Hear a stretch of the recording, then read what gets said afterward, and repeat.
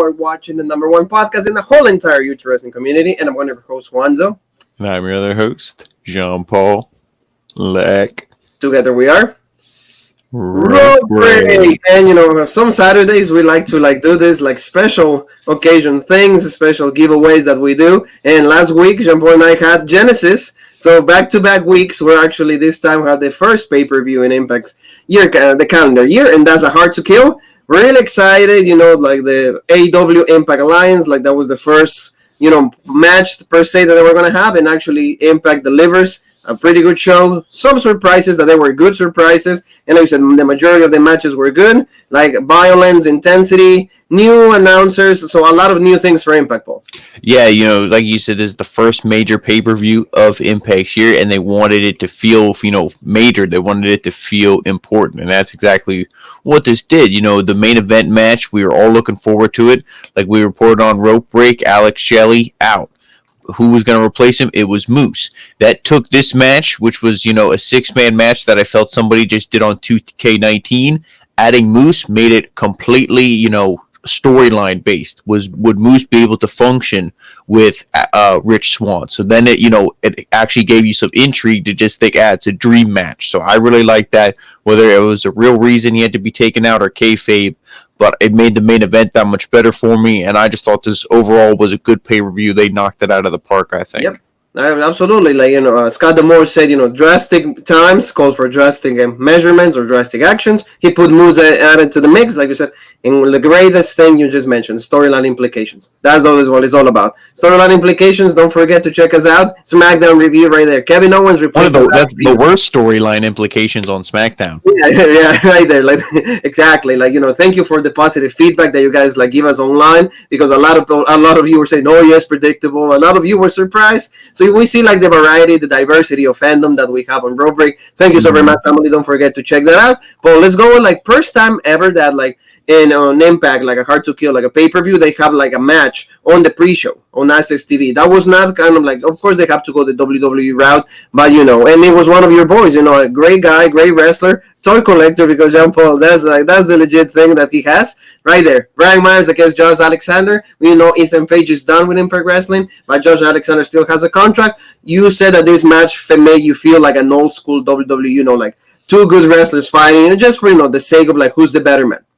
Yeah, I really enjoyed this. I thought this should have been on the actually main show, and the match that opened the show should have been on the pre-show. But maybe they wanted to give the pre-show a really good match, because I believe that this was free.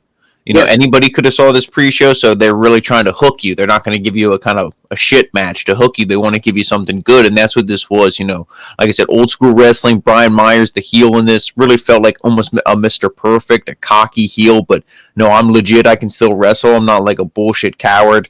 And this match was really good, I thought. And Brian Myers, of course, like I said, in heel fashion, he had to sneak to win after a hard fought, really good wrestling match. He kind of got the earmuffs in the face of Josh Alexander, hit him with a huge clothesline, 1, 2, 3, and pinned him after, like I said, a very good match. Good heel pull, and two things just to add on what you said. He came out, he had a Brody Lee, also something around his arm, and he did a discus lariat. I'm pretty sure he did that, like you said. Yes. And I think he did that probably for Brody. Yep. So good stuff, and that was good catch.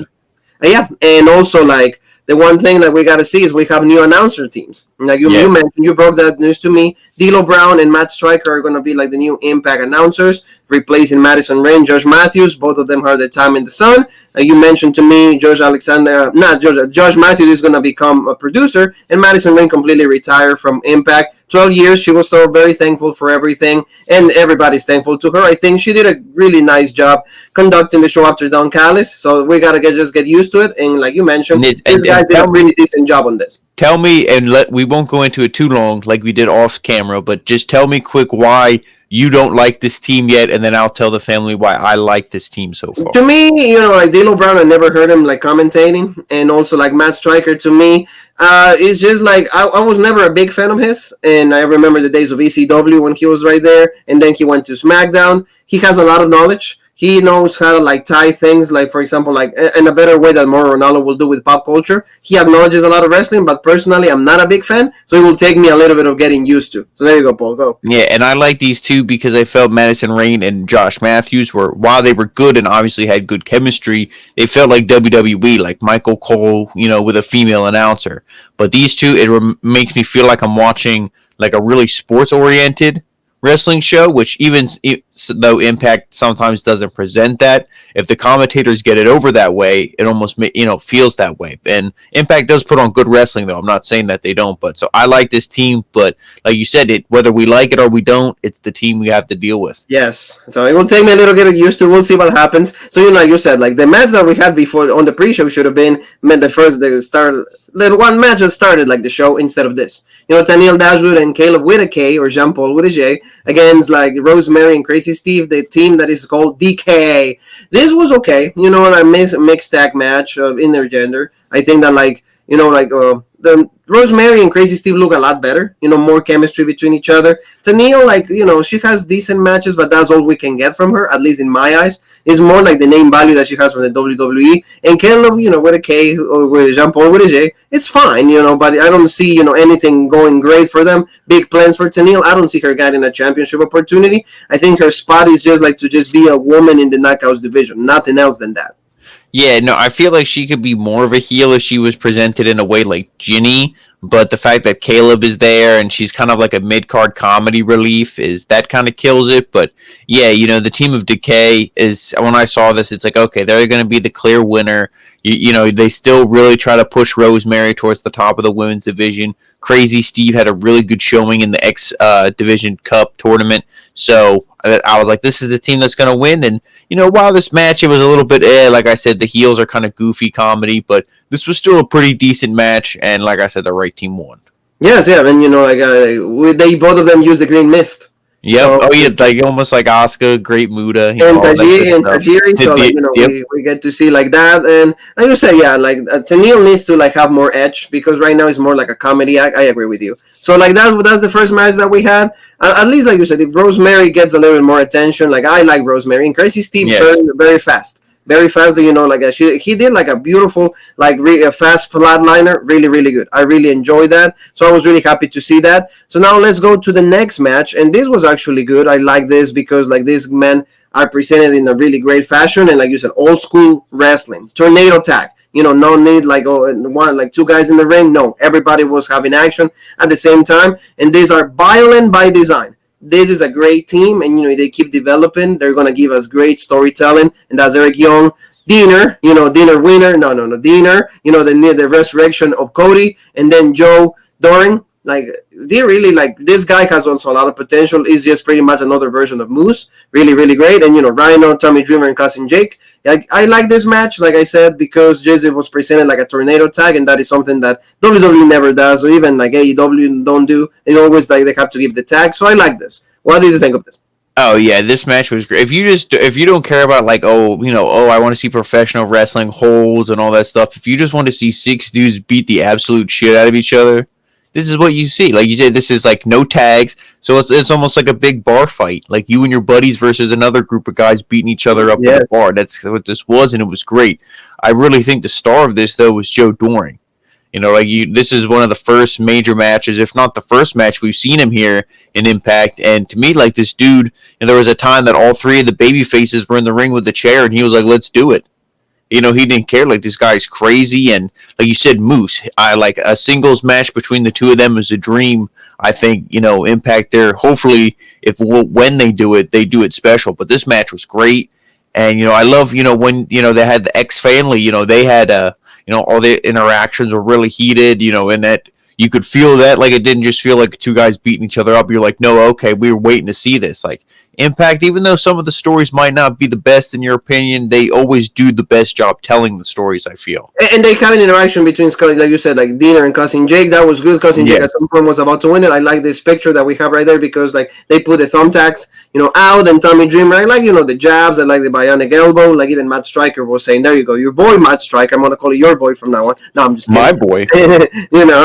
I'm like, he was saying, hey, he always paid homage to like Terry Yep. Funk. He has like the like the bandana like you. So like I would say that you've also paid homage to like Terry Funk. He says something about Dusty Rhodes, all of that. So really cool. And then like you said, distraction after he Cousin Jake did like his finish is kind of like a running body slam or like the sidewalk slam, regardless. And then Eric Young get the advantage. Boom, he hit like the beautiful pile driver. 1, 2, 3, and like you said, violent by design. I love the name, and like I said, these guys. I want to just hear your thoughts really quick. These guys got a great future. Like they can they keep telling this type of story. I'm gonna be really happy because all of the transformation, the baptism of Diener, all of that makes so much sense. And that's the beauty of professional wrestling when you're stole in the right way.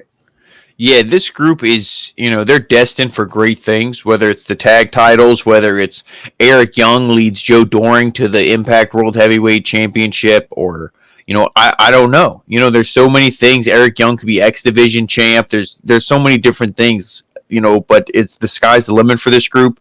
I'm glad you like the name. I like the name too. At first when I heard it, I was like, let me hear, and then they're calling them this name, Violent by Design, as I'm watching this match, and I'm thinking of all Eric Young's, his promos, the world doesn't belong to them, it belongs to us, and all this stuff. I'm like, you know what? No, this name is badass. So absolutely great, absolutely great. Good group, that's the one thing, like Impact has like pretty good things that they're cooking. That versus the Hurt Business will be pretty legit. Oh yeah. Bobby Lashley and Joe Doring. Yeah, those factions, we need those inner like promotional matches. There you go. Really quick promo. Moose talking to Rick Swann, Chris Sabin, and he was added like you said in the beginning. So it looks like that. It looks like Moose took his little brother, like he's taking him to like the swimming pool or something. Like make sure you behave, right? Yeah. But like let me know when you're done. Yeah, call me and I'll pick you up. Yeah.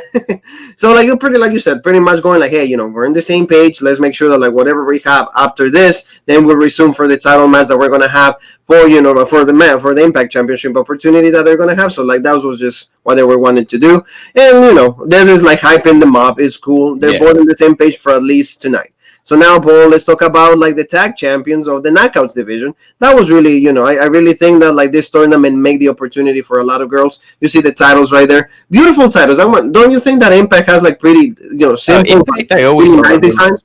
Impact that always had really good titles. Ever since when they made their own, when they switched away from the NWA belts, I always thought that Impact's titles, TNA's belts, all these, they always looked good. Yeah. I thought a lot better than just slapping your logo on a big belt.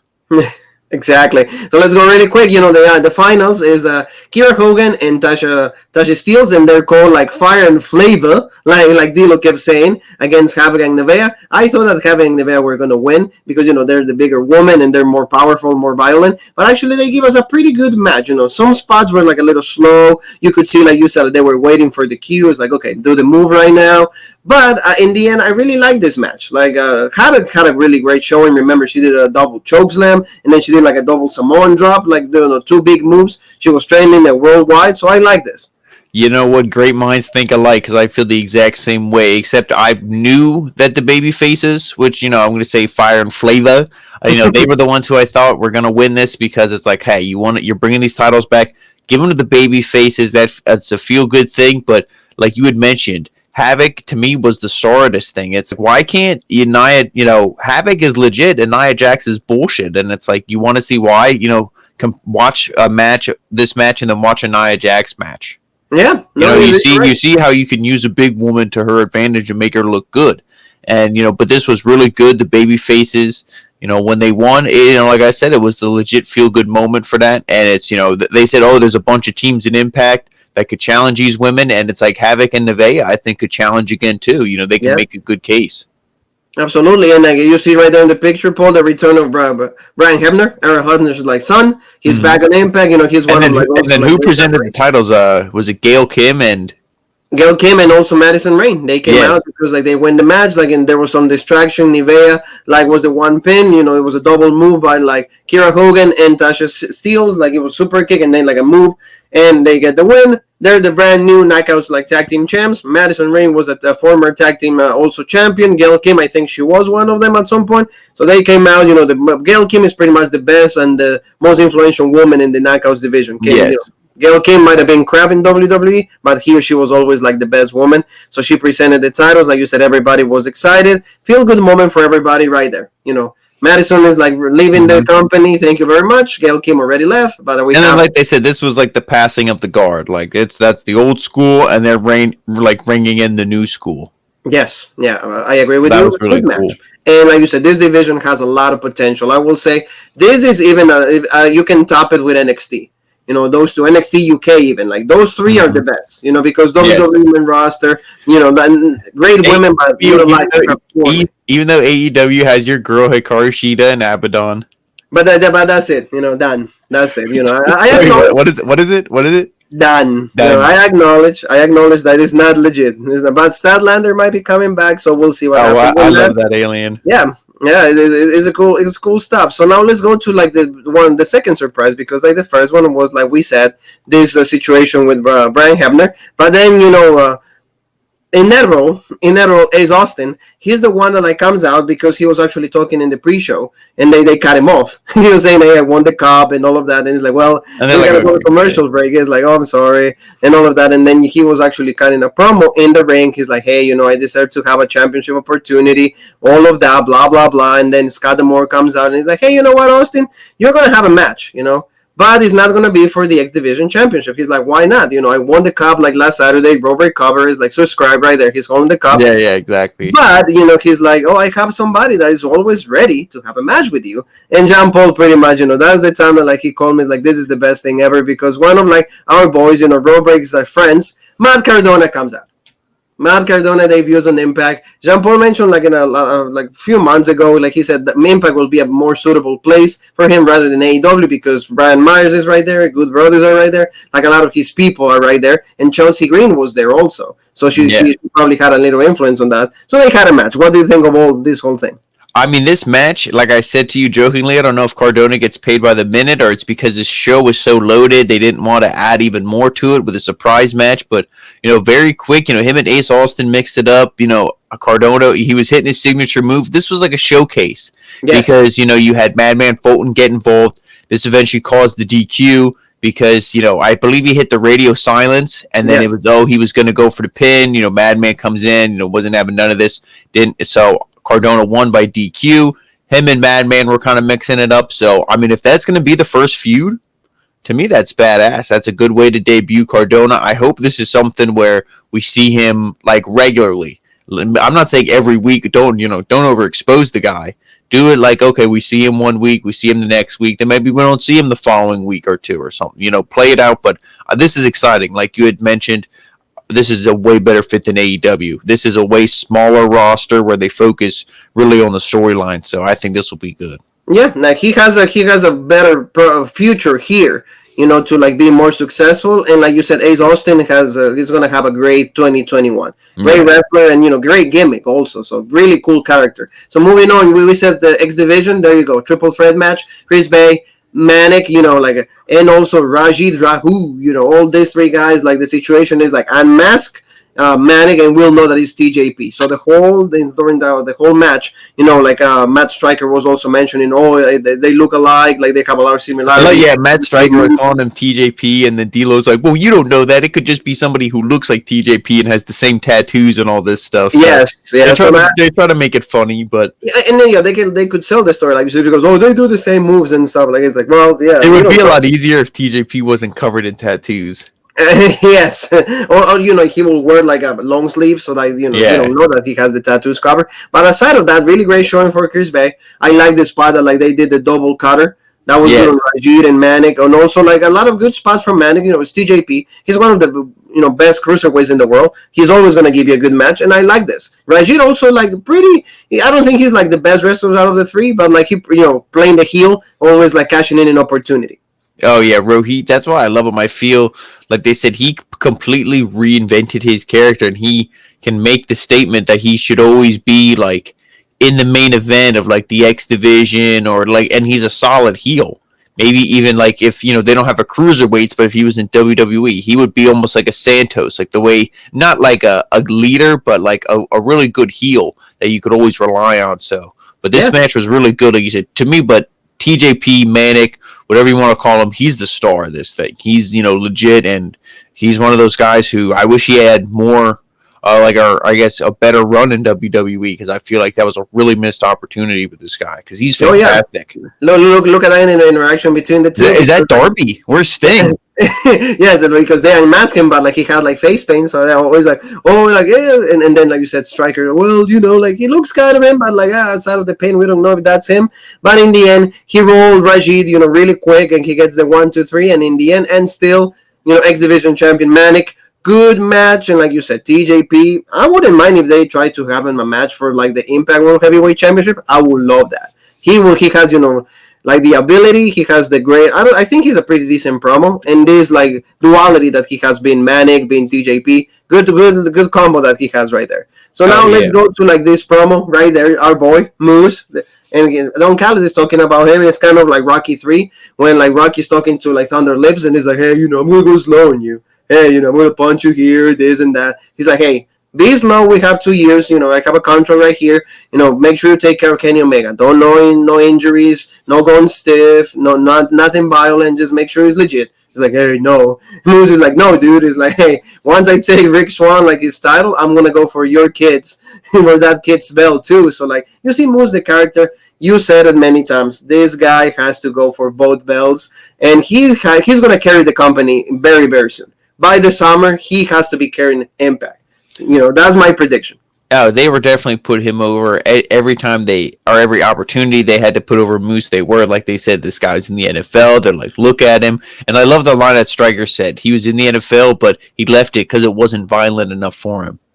So he came. And how many times did Stryker say? At least 4 or 5 times. He's like, this is the best sport in the world, professional wrestling. Yes. Like, that's what I mean. They make it feel legit. Yeah, they sell it. They sell you that idea. Yeah, so, this is good with Moose, and like I said, whether they listen to Rope Break or they just follow the path of what would be the best course of action, and that's Moose going after Kenny Omega for the AEW World Championship. To me, that's the best thing. They hinted it there. Yeah, we got 2 years, motherfucker, that I can come and take that title. And then Don Callis is already shaking in his boots. Yeah, this is true. Yeah, because that was actually what he was doing. So let's go like to some more knockouts action. And that's Deonna Purrazzo like defending her championship against Taya Valkyrie.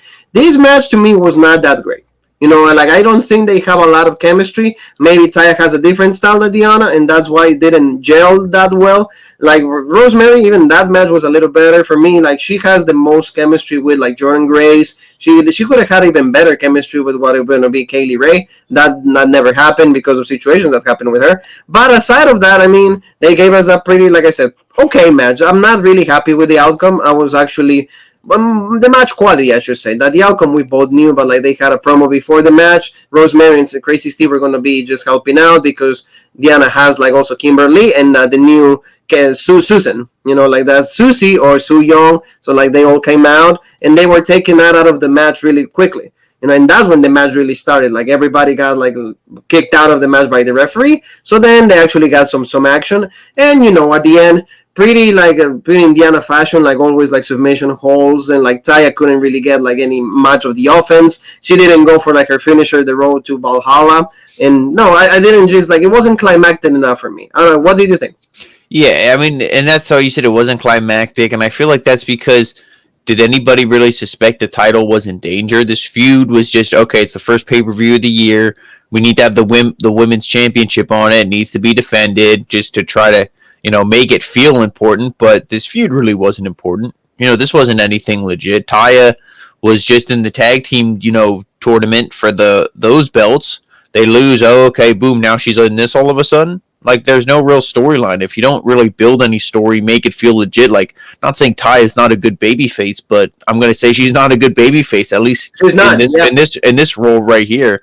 So I'm like, I didn't really care for this match. It's not, no, and like you said, and in the end, it wasn't even not Cosa Nostra. It wasn't like just the Fujiwara armbar. No, it was actually Venus de Milo. That's what it is. She tapped. Mm-hmm. It's like, and Matt Striker, like you said, it's like, don't put in danger her career. That's what she said. Like, she needs to tap because otherwise she's gonna get injured even more. So there you go. Like, she taps and Deonna retains the championship. Like you said, she's just. It wasn't a good feud. That's probably what it was, yes. But like match quality also wasn't that great. So let's go to even we have something that not too legit, so that's actually more of a joking and a send off for Ethan Page, going against himself, the Karate Man. And like they have recorded, they have taped this match in November. So Ethan Page was not even in the building. He's done with Impact Wrestling, but I think it was the last favor. You know how wrestling is, Paul. Like, hey, you're done, but can you give us something, and then we'll give you a check. And that's what it was. And in the good fashion of you and me are gamers. So there you go. They gave us a little bit of Mortal Kombat, so I can always appreciate that. We get to see Ryu or Liu Kang. And then the best part, since Mortal Kombat is going to be a movie, it's going to be on HBO Max. But yeah, that looks badass, I think. Yeah, so like that's probably because rope break will cover. Oh yeah, we will, because it's a great game, Mortal Kombat, and supposedly it's going to be rated R, so we're going to be able to see the fatalities, and then we're going to see like flawless victory. So that's what we got, and even we got to see like a little bit of Liu Kang, like I said right here, right? That was the move, and then he took out his heart, and that was it. That was the match. I think like a heart to kill. Yep, there you go. Yep, there it is. Yeah, so this was goofy, but I mean, if you like, when this came on, this is like, okay, I'm gonna go take a shit, or I'm gonna go get food, or you didn't take this seriously. If anybody got upset by this, like, oh my god, this is a travesty or whatever, it's like, who cares? You know what I mean? This is just, the guy doesn't even work for this company anymore. Yes, exactly. It's like, whatever. No, it's just like, hey, thank you for everything you did. It was a legit run. We'll try to take care of your bro, Alexander. Okay, that's fine. Mm-hmm. Let's move on to the next stuff, because that was, like you said, here we go with like the good things. Like Paul would say, meat and potatoes. Let's go with the barbed wire massacre, Sami Callihan and Eddie Edwards. I will say, out of all the matches that I've seen between these two, this absolutely tops it.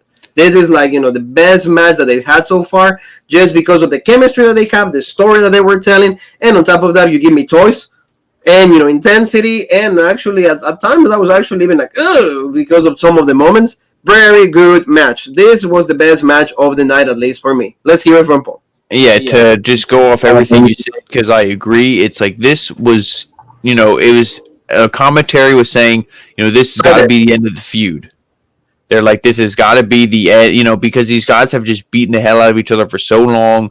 And in this style match, they're like, this is where it's got to be over. So I feel like if this was the end of their feud, it's good, because I agree with you that this was the best match that these two guys had. They beat the hell out of each other, pile driver on the barbed wire, everything they did. And I love it's like the kick out at ones, kick out at twos, after everything they went through. And you didn't know how it was going to end. I almost thought Sami Callihan was going to win this, to be honest. I wanted it. I was like, I know you always want the heel. But it's because like Sami, like this is supposed to be the structure that he thrives, right? Because they even said like that was the whole story. It's like Eddie Edwards is the better wrestler, but in this environment, this is Sami Callihan. This is him. Thank you, Paul. I appreciate that. Like, you appreciate my knowledge, so that's legit. So there you go. You see, like, he did the Boston Crab party right there. Also, he did another move. Oh, the Flu Thunderbomb. Yeah, and the kick outs, like you said, 1 and 2. This picture says it all right there. Yep. How long we have to wait to see something like this? Years. We haven't seen this in like forever. I love it. But that's because only certain guys are crazy enough to do this kind of stuff, though. Yeah, you're right. That's what I mean. Like, you're not gonna like Randy Orton. Do you want to do this, or like Drew McIntyre? Like, so, I mean, maybe they would, but I don't know if like not to, or like, hey AJ, hey Roman, do you want to do this? No, probably not. Like, I agree with you. It was and in the end, like he did like another move, like a move that Emerald Flosion. Thank you. Yeah, he did that, and the good thing is Striker said that's a move from Japan, right? He's like, he learned that. Mitsuhara Misawa used to do that. John Paul is like, he has a lot of knowledge on like wrestling in Japan. And remember what he said about like, he's like, oh, Dilo, if you go to other countries, you learn like the language, you learn more like the culture. You have better moves. You understand like more stuff. And Dilo was like, yeah. And I love how Stryker said like, let's acknowledge other companies, other promotions, other shit, because it makes wrestling, it makes you able to understand it so much more. Yes. Like, as commentators, if we can acknowledge this promotion, what this wrestler did in a promotion, it makes you all at home able to understand it better. Yes. Whether if we try to avoid it, it's like, oh, I don't know what he's talking about. I wish he would just say it. Well, Stryker's like, well, we are going to say it. We will acknowledge the other promotion. So that, again, I like. Oh yeah, it was good, and see, like both men done Done. absolutely, like they left their lives right there. And just to like add on what you said, and he took a shot at the WWE by saying all of that, but in the most classy way, Mhm. like a professional, commentator, like a professional And communicator. maybe they say it too, like, hey, WWE, why don't you guys start, saying that too? Yeah, yeah, it's like Like, why don't you start acknowledging other, like, you see it doesn't hurt. Like, you guys don't need to be in your own little bubble. and like that's what I mean. It's like it's like in the most classiest way. Hey, boom. It's like it's a splat. A shot of the face. It's a slap. Mhm. It's like hey, but like I don't like getting shot in the face though. oh no, it's a slap then. Oh, slap. Oh, okay. Money shot. Yes. So like let's go Yeah, finally no, with the no, main no, event. no Valvinas. Well, No, yeah, no, no Bali, big Kalboski. yeah, Balboski was like like getting going against the Rock and like a few people. So Oh, wow, Balboski is like Trump. He got canceled on Twitter. yes, yeah, you're right, Paul. So let's go to the main event. Like I said, Alex Shelley couldn't make it. So there you go. Yeah, he got Bullet stuck in Club. traffic. Yes, he couldn't make it, and AEW like Bullet Club against like Rick Swan, Moose, and Chris Sabin. This match was like you said, it was a pretty legit match. These guys gave us a pretty good showing. I don't think Omega like did a lot of like the usual stuff that he does, but it's because he had the load. He had to share the load with like Anderson and also with like Gallo. So I think it was pretty good. But like out of all of them, I want you to tell me like who was the best man for you. For me, it was Moose. He came Yeah, out like really strong. and let me just say, Omega, and I like that he didn't steal the show because okay, you're gonna have him look good, but why would you have the guy who doesn't even work for your company look the best? Yes. Obviously, he's gonna look good to prove that hey, I'm a world champ. But he's going to try to have everybody else look good and get over because it's their company, not his. But I was really looking forward to the Moose Kenny Omega interactions, and while I thought they were really good, the interactions that actually stole the show for me, you see right here, was Rich Swann and Kenny Omega. Those Yeah. were the ones that I was like, okay, I didn't think that this was going to be my favorite part of this match, but that's what it was for me. Moose, because I think Moose is going to feel more special, more legit when it's one on one. Oh yeah. But in this match here, the Rich Swann and Kenny Omega interactions were good. I feel like Carl Anderson, they really get him over. Because before in WWE, we're like, oh, he's the little guy who always gets pinned in the Good Brothers matches. But it's like, no, in here, in Impact, they always present Carl Anderson legit. Doc Gallows is a big hoss, like you see there. I like this interaction, right? Like the Yeah, two. that was good. Yeah, when they were slugging it out, and that's again why I like Stryker. He's like, both these men are big, but Gallows has the longer reach, so he is the advantage when it comes to the strikes as they're throwing the punches and stuff. It makes you feel like you're actually watching a sport. Oh yeah, no, and like you said, he gives you more data, more information, Yes. and at the point that like yeah, I gotta admit he's good. So I'm not, it's just maybe not my taste, but he's good. Yeah. And credit when credit's due. So that was really good. Remember, there's also like see a Spanish flag, like you said. Oh yeah, when Moose hit that was legit, and then especially because that's when Saban picked them up, and what did Saban hit? He did like the Del Valle driver, like Yeah. like that, and almost gets the pin. So like you could see Colin. Yeah, Carl Anderson broke that up. I almost thought if the baby faces were gonna win, that's where they were gonna win. I thought that like they were gonna win because I was like, hey, maybe they're gonna put over Impact. Hey, are they home? Is their hometown? Yeah, but not Omega. Oh, see, I feel like if somebody was gonna get pinned, it would have had to been one of the Good Brothers. But it would have like, been Anderson. Yeah, but I'm like, if Omega would have been pinned here, that would have been huge. Oh yeah. No, that but like you said, it would have completely killed the whole momentum. It would have killed the alliance, so they were not going to do that. But like in the end, like you said, he actually Omega kicked out of the Phoenix Splash that like Rick Swann did, and then he was going for another one, but then B Trigger, Moose was taken out, and then of course the move that like nobody ever kicks out, and like you said, Adam Handman Page is going to be the first one. Jean Paul's prediction, boom, right away. The one win angel, 1, 2, 3, and the Bullet Club or like AEW Bullet Club, like they get the win. And I mean, I don't think that like Rick Swann or like Moose or Sabin are buried by this, or like they get like the lowest end of the stick. What do you think? I think it's like a long term feud for me. Exactly. No, this continues on because, like they said, Moose put his differences aside with Rich Swann because this is bigger than the title. This is Team Impact versus Team AEW because the Good Brothers, yeah, they're the Impact Tag Champs, but they're Team AEW. So you see, it's like the sides are split. So I like that, and this is going to be a running thing. Maybe Moose will step out of it. Maybe, Moose will play the sides. He'll do the John Moxley. Oh, I'll join Team AEW so I can get closer to Kenny Omega so I can take him out. Who knows what they're going to do, how they're going to play it. But I'm excited for it, and I do think it's long running. I don't think this is going to be this wasn't the blow off. No, yeah, and I just want Moose to show up on Dynamite. That will make Dynamite 10 times, Especially if you hear his music. Oh, yeah. You know what would be cool? And this would be huge. I don't know if they'll do it. Is if Moose shows up and then he's like calls out Omega and Moxley shows up and is like, hey, you got to get in line, and they have a number one contender match and Moose goes over. Oh, that would be great. Moose for Moxley to put him over would be huge. That would be awesome. But hopefully they do that. Moose for me is like the guy that I'm, loving. I want to be his manager so bad. So, family, next time we meet on pay-per-view when it comes to Impact Wrestling, it's going to be Rebellion. Raw Break is the one and only podcast that we've been promoting Impact. We've been covering it for almost 2 years now. We have the Rebellion from 2020.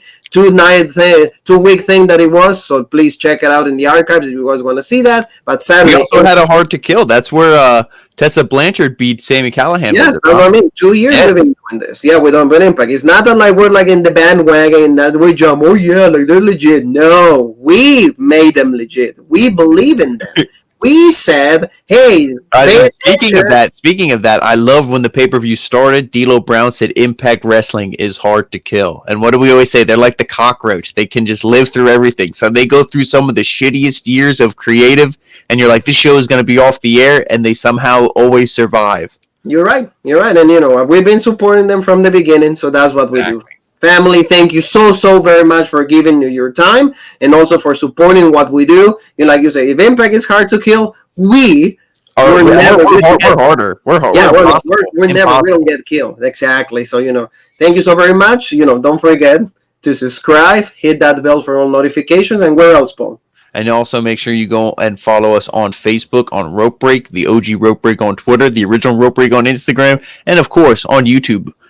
Follow us on the number one podcast, the original Rope Break. Yes, family. So thank you so very much. We'll see you next time for what it is, Monday Night Raw. So please take care, and we'll see you soon. You and me, one more thing that we have to say, and that is...